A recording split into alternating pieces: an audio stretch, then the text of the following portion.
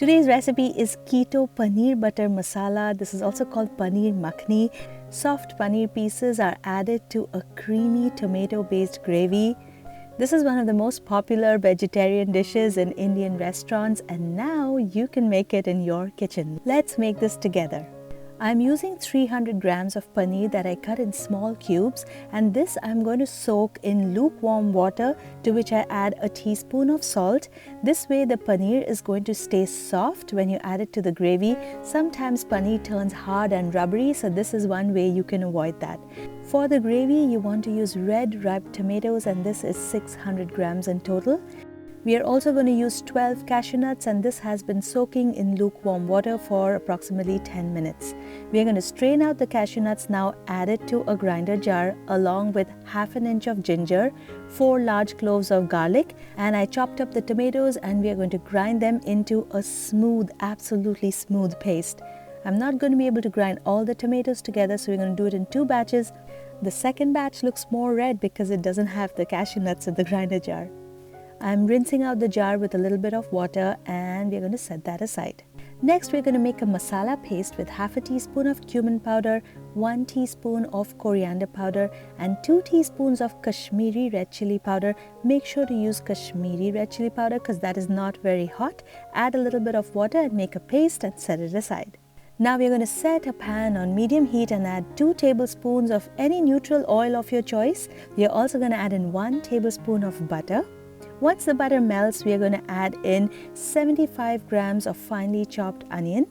We'll sprinkle a little bit salt on the onion so it cooks faster, and we want to stir fry the onion till it turns a dark purple or golden brown in color. This should approximately take 3 to 4 minutes over medium heat. Guys, if you're new to my channel, welcome. Subscribe for yummy Indian keto recipes. Next, we're going to add in the masala paste that we made. I'm also going to rinse out the bowl with a little bit of water. The reason why we added water to the powdered masalas is so the masalas don't burn. We're going to stir fry this till the water has evaporated and the masalas look oily. Can you see that? It's just going to take about a minute.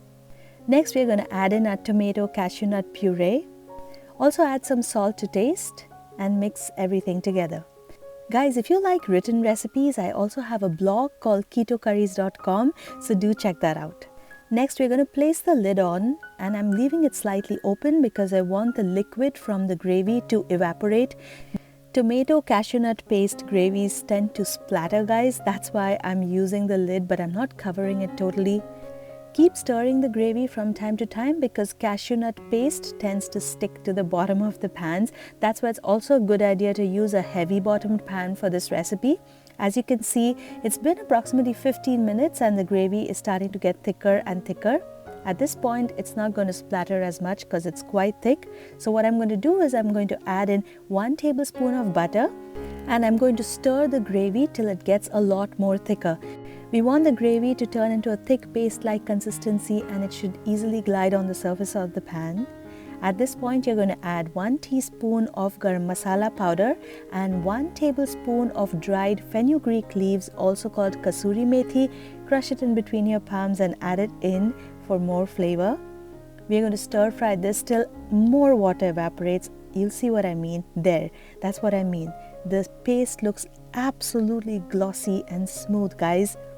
Now it's time to add some hot water to get the gravy to the consistency that you want. You can add hot water a little bit at a time, but make sure the water is hot. If you add cold water now, you're going to dilute all the flavors. The consistency looks good now. At this point, I'm going to add a 1/4 cup of heavy cream. This gravy, guys, is absolutely luscious. I can't wait for you to try it. Check for salt, add some more salt if needed, and if the tomatoes you used are too tart, you can add a little bit of any keto sweetener of your choice.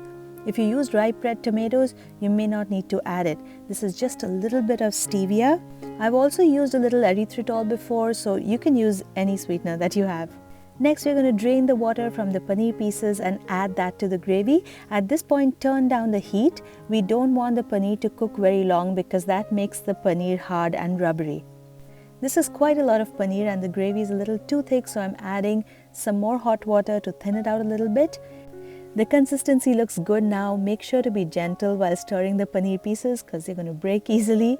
We are going to garnish with some coriander leaves. And guys, your paneer butter masala with this absolutely addictive gravy is ready. You can have this with keto rice or you can have it with keto roti, keto naan. Find the recipes on my channel.